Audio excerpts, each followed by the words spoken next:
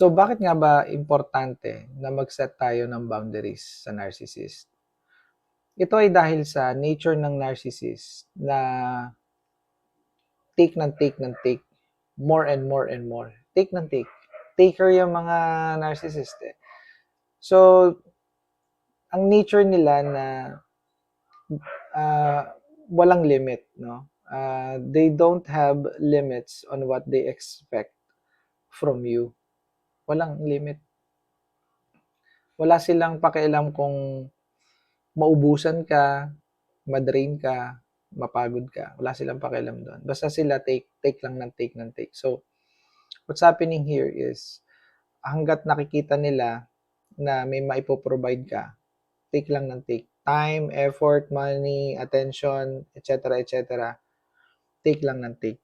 So, if this is their nature, no, na masaya sila na mag-take ng mag-take without giving back, wala namang kapalit, wala naman ipoprovide sa'yo, take lang ng take, kailangan mo mag-set ng limit, kailangan mo mag-set ng boundaries. Their only limit is what you impose. So, kailangan mag-i-impose ka. Kailangan meron kang limit. Just for example, sa pera, kung meron kang savings na 1 million, no, at gusto mo siyang i-keep, you keep that 1 million. And then, gastusin mo lang yung ibang pera. Huwag mong hahayaang gastusin ito ng narcissist. You need to set limit. O kaya yung mga capital ng business mo, kung halimbawa, let's say meron kang capital, let's say 300,000. So, magsaset ka ng limit na hindi niya po pwedeng galawin yun. Okay? So, yun yung sinasabi natin, nagsaset ng boundaries. Hindi yung konting lambing lang sa'yo ng narcissist o kaya i-gaslight ka ng narcissist. Sasabihin, may lalaki ka siguro o may babae ka siguro kaya kinikip mo yung pera na yan kasi gusto mong marami kang pera para pag kayo ay nagtanan o tumakas o iiwanan nyo ako, meron kayong panggasto. Something like that, gagaslighting ka. Ibibigay mo agad. No, don't do that. So, kailangan mag-set ka ng boundary. Sa sex, ganun din.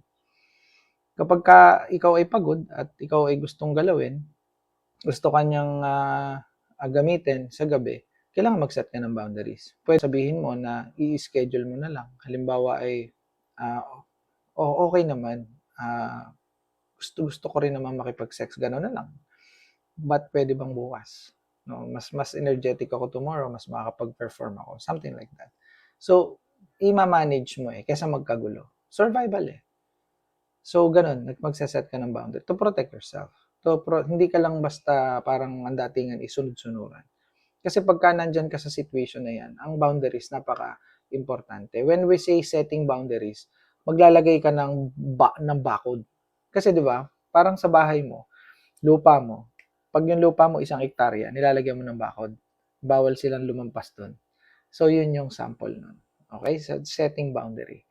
And gagawa na lang din ako ng mga contents tungkol sa pagsaset ng boundaries para mas maraming makaintindi, makagets at magamit nyo sa pang-araw-araw niyong pamumuhay para makasurvive kayo habang kayo nakikisama sa narcissist temporarily, habang nagpe-prepare kayo ng inyong exit plan o ng inyong pagtakas or paghiwalay sa relationship. Because I'm not advising you to stay there for a very long time. Dahil ito ay nakakasira ng mental health.